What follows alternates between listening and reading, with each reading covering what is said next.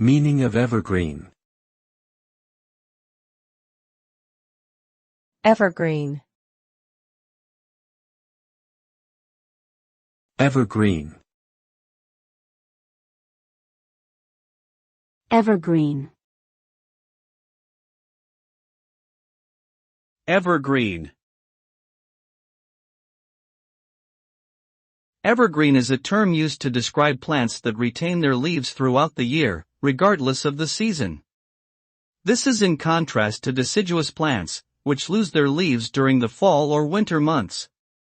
The term can also be used metaphorically to refer to things that are long-lasting, timeless, or continually relevant. For example, a piece of music or literature that remains popular and widely appreciated over time could be referred to as evergreen. In short, evergreen refers to something that endures, persists, and remains fresh over an extended period of time.